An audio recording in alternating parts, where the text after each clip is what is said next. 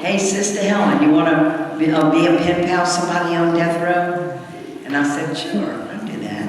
It was in the early 80s. We hadn't had an execution in Louisiana for over 20 years. Been an unofficial moratorium. The whole United States wasn't executing anybody. Even in the deep South states where we do most of the executions.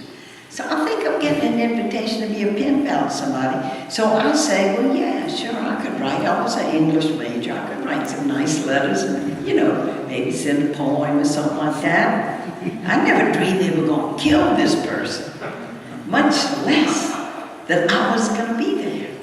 So you see, sneaky Jesus, come on. Hey, you want to write a little letter? Come on, just write this little letter. It's kind of the way you get sucked into the different committees and stuff. You know, your friends say, hey, look, we just formed this new group. Just come to the first meeting. Come to the first meeting.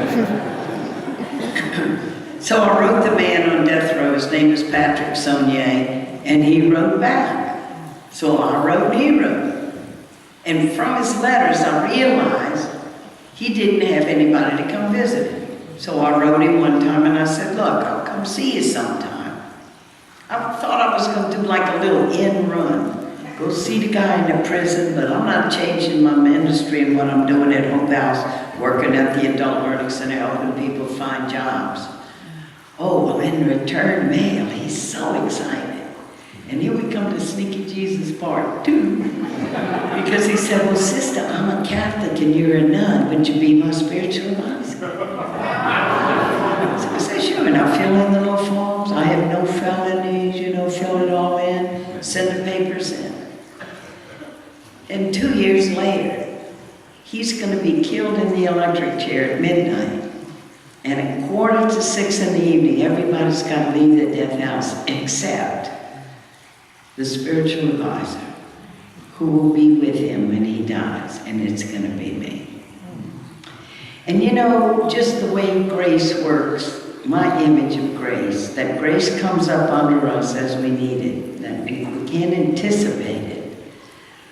Kind of like the locks of a ship. You know, when a ship there are 2 levels in the water, so the ship goes into one level, they close the gate, then the water comes up, and then you move to the next level. That's the way God worked with me. So I wrote the man. And the next thing I knew, I was visiting the man. And then I was visiting him and his brother, since his brother was in prison too. One had gotten death, one had gotten life. It was my first legal question. I had said, I wonder how that happened. I didn't know what the crime was yet. One brother gets death and one brother gets life. How did that happen?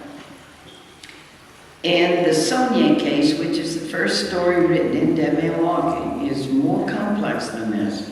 There's complexity between the 2 brothers there. But did you know that where there is a murder and there are no other witnesses, and there are 2 people involved, if one of them turns state's evidence against the other, points to him, takes the oath, says, yeah, he did it, they get a reduced sentence for saying that?